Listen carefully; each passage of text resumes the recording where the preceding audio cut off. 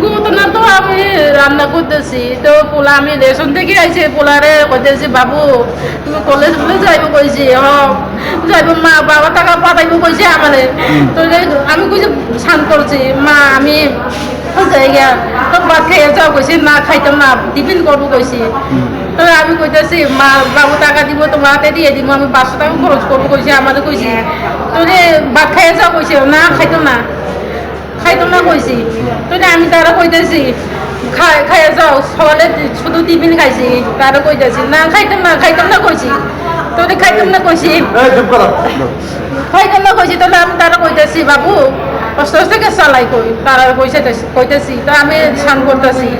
Pant ten গঞ্জি টেঞ্জি আছে মা কইছে আমারও কইতেছি তো আমার চেঙ্গা বলছে মা এই পেন আছে গঞ্জি আছে আমার দিয়ে দিছে হাতে তো 500 টাকা লাগবে আমি তাদের চেঙ্গা করে দিয়েছি চেঙ্গা মা আমি যাইতে সময় আমার এমনি দেখতেছি মা আমি জায়গা মানে বাড়িতে কটার সময় বাজিছিল? বাড়ি 10টার সময় আইছি। কোন জায়গা থেকে লই যায়? দুপুর থেকে আগরতলা কলেজ থেকে মানে কলেজ থেকে কি লেগে এটা জানি না আমি তারা জিজ্ঞাসি না বাড়ির থেকে প্রথমে কি কলেজে গেছিল?